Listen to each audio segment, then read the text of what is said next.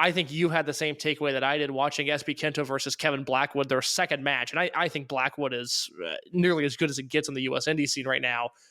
And his two matches with SB Kento have really shed a light on the fact that although I already thought he was a prodigy, I've pegged him to be the next Yamato from his first match, and I see no reason to steer course. SB Kento has taken a step up. He's taken a leap. He is really, really good. And he had a very good year in Japan. Again, as I start to do some year-end stuff and look at who some of the best wrestlers in the world were this year, SB Kento's first 7 months were really, really good. And then he went to America and he's had a pair of matches with Blackwood. He's done some stuff in Deadlock Pro that I've really enjoyed. His stuff in Mexico has been a ton of fun. This, for lack of a better term, excursion has been a success for SB Kento in my mind.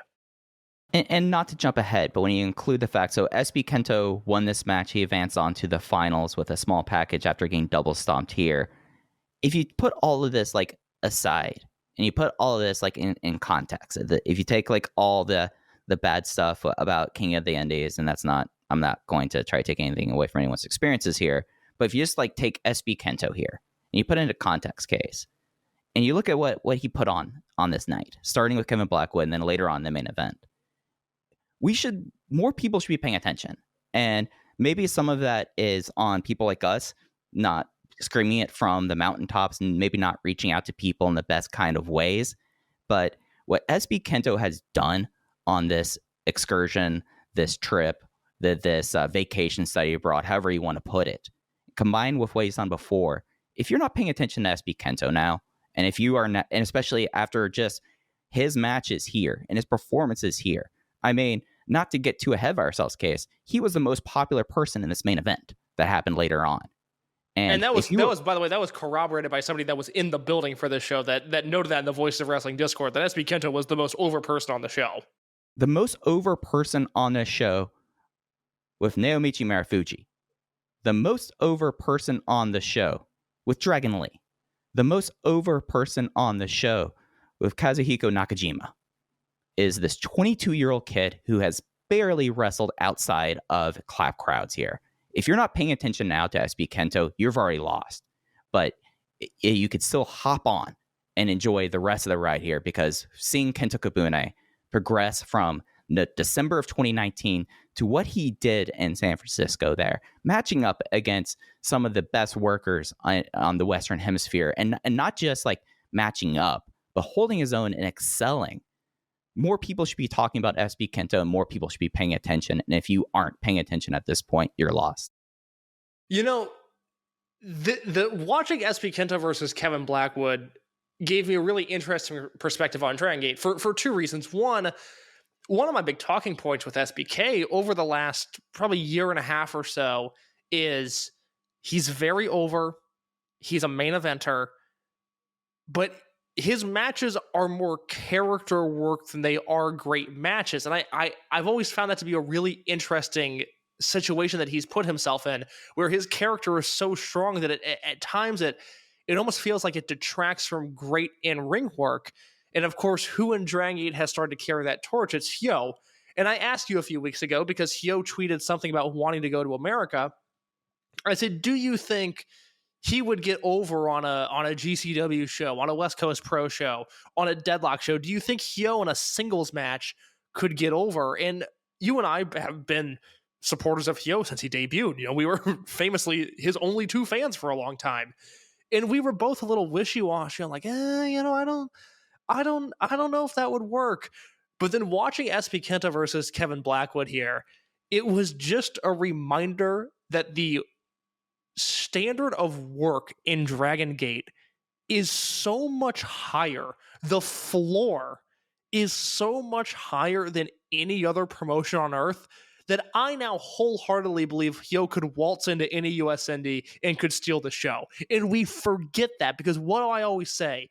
A 6-man tag in Kobe Sambo Hall that we give 3.5 stars to, if that match was on Raw, it would be the match of the fucking year. People would lose their minds at it. And we kind of lost sight of that with SB Kento, that he is so good, but he's working in a promotion with greats. And then you see him become a big fish in a small pond, which certainly does not happen on every excursion, but you see it happen here with him on the US Indies, and you go, oh, that's right. These guys are all a level above everybody else. And the King of the Indies, him and Kevin Blackwood, personified that. And here's the crazy thing, Case. SBK has improved on this excursion. He's gotten better. Even better. I'm so disappointed that he hasn't found steady work in AAA, and I'm not gonna act like I understand that universe to any degree to where I can speculate on it. But I just feel like he could have done something prolific there, and I'm so bummed that it didn't happen because he's gotten better. Like you said, he's gotten even better. And I just feel like if he had that platform where people still pay attention and value AAA to some degree, I think that could have been the eyeballs that he needed on him. I think he could have been very, very entertaining there.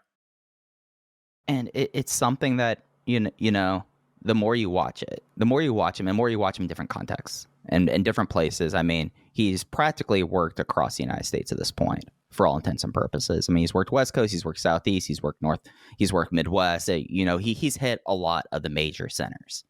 And each and every single time he is able to go to a crowd that now more and more, I would say, are getting more familiar with him, but it's definitely not always been the case.